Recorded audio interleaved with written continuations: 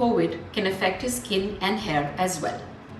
In the hair, it could be simple like telogen effluvium, what we call, wherein there is a lot of hair fall. Suddenly there is hair thinning and shedding.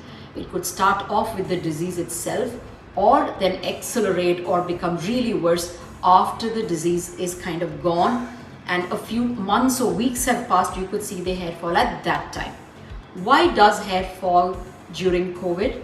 Hair can fall during any disease. The minute there is an unrest to the body, mind, or to your emotions, you will see hair reacts, right? It could simply be physiological things like pregnancy or diseases like viral disease or COVID. You will see an immediate shift of the hair from a growing phase to a resting phase, and then there is a lot of hair shedding. You could physically see your hair thinning. One thing I must tell you, don't panic, this shall pass. 3 months to 6 months, your hair will start recovering, and most of the hair that you have shed will come back even if you don't do anything about it. Now, what can go wrong with the skin? What's seen in India is mostly urticaria, which means to say a lot of itching, and when you scratch, it kind of skin stands up and impressions are made. The next common thing is like an eczema reaction, which means to say skin starts to look very, very dry.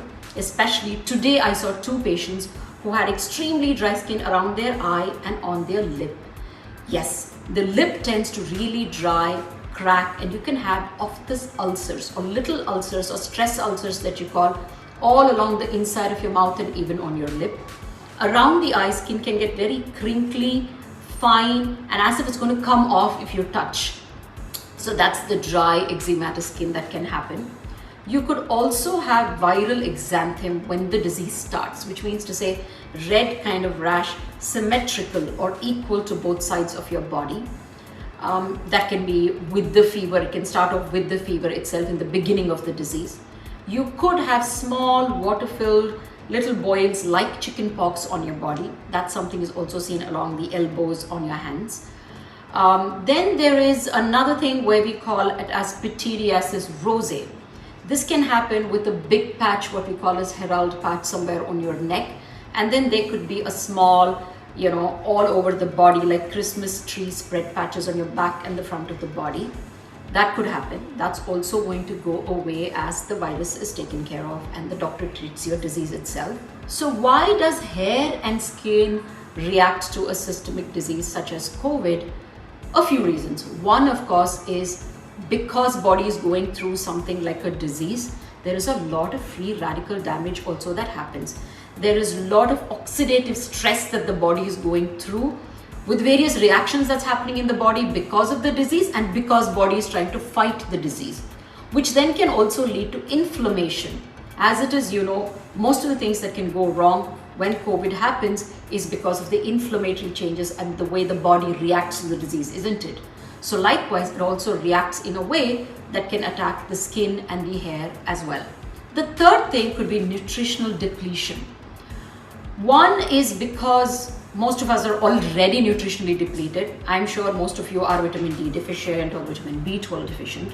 Now on top of it, if you have had COVID, your smell is hampered, your sense of taste is not right now, and you simply don't feel like eating, isn't it? It's not a very happy disease to have, and it's a scary disease to have, so you don't know how things can go. So therefore, mentally you're stressed, emotionally you're stressed because you're isolated and your sense of taste and smell is not working, so you simply don't feel like eating well.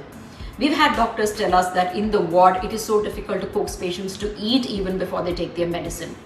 So therefore, there is again nutritional depletion. And then body needs that much more essential nutrients to fight the disease. So the consumption by the body itself is so much more. And there is oxygen depletion in this disease, isn't it? So there is also a lot of clotting reported in this disease. So there could be minor injuries to certain vessels and blood vessels that supply to the skin and hair as well. Now, all in all, there is oxygen reduced. So depletion of oxygen itself can trigger hair fall, skin dryness, eczematous rashes, and all of this. And you could see signs on the skin like petechial hemorrhages, which means they're tiny, tiny little dots as if blood is just under your skin. Or you could see bruising, also because there's some blood leaking under the skin. So all of these are because of the 4 things that I mentioned. 1, the free radical damage. 2, the inflammation. 3, the disease itself. So therefore you need more of nutrition, so nutritional depletion. And 4 could be the disease itself, which also leads to oxygen depletion. And then 5, the medicines that you take for the disease. A lot of medicines can also cause dry skin and pigmentation. So these are the things that can happen. How do you then take care? Number 1, up your nutrition quotient. So please take vitamins such as vitamin C, but make sure it is sugar-free and natural vitamin C that you will end up taking. Take something like a hydrant, which means to say a tablet which has collagen, which has sodium hyaluronic acid, which is sodium hyaluronans. You could take with lutein, zeaxanthin, astaxanthin, which gives the skin the power to hold back to the hydration and water. 3, antioxidants such as glutathione, vitamin C itself, vitamin E, zeaxanthin, astaxanthin, CoQ10. All of this would be great combination of antioxidants that you can have. So this would be what you can take from inside, other than having a good meal. Whether it tastes nice or it smells nice, please don't skip your meal and have a wholesome Indian meal which has everything in it, right? Then from the top, what can you do? The first thing that you can do is a lot of moisturizer. I know you're sitting alone. I know the disease is irritating, but what you could do that you're sitting alone and isolated, please make sure you moisturize your body really well.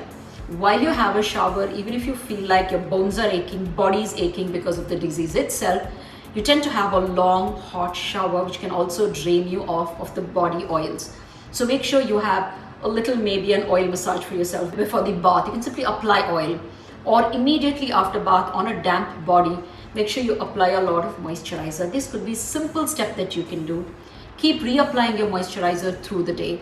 And if you do have an extremely itchy skin or an eczematous reaction, I'm sure under your doctor's advice, you can end up using a very mild steroid initially to just calm the skin reaction down.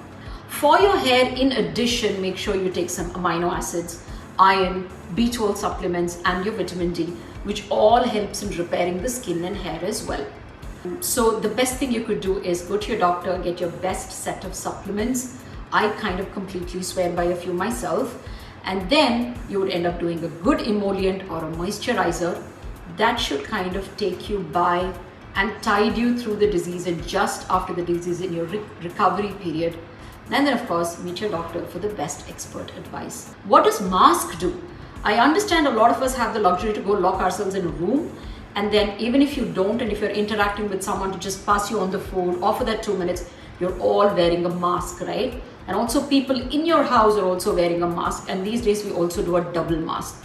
So when you apply the mask onto your face, there is something like a friction that happens at the edges of the mask, right? So there you have mechanical acne that can happen just due to the rubbing. You could also have pigmentation because of the mechanical rubbing and a PIH. You could also have acne within the area of the mask because this area tends to heat up. There is sweat on the face which tends to just retain there. And when you breathe out, the exhaled air has moisture in it. So with all of this together, it's going to become a mishmash and cause the pores to clog up, and therefore you could end up having acne. Now what you could do for this is, if you're supposed to wear a mask and if you are wearing a mask, try not to use too much of skincare products in that area. Keep the face absolutely clean. But if you do have an oily skin, what you could use is use products with BHA, which is such as salicylic acid or just tea tree, or a glycolic acid also will do, like an AHA, which will just take away the excessive oiliness. Use a toner with any of these ingredients that I have named. Keep the face dry and then wear the mask. And keep changing the mask every 2 to 3 hours, especially the inner mask that you wear if you're wearing a double mask. Try and wear the inner mask, which is more fabric and cloth, which will then not kind of irritate the skin even too much. And hair and skin will get better, but do seek expert advice while you're at it. Take care. Get well soon. Subscribe to Midday India.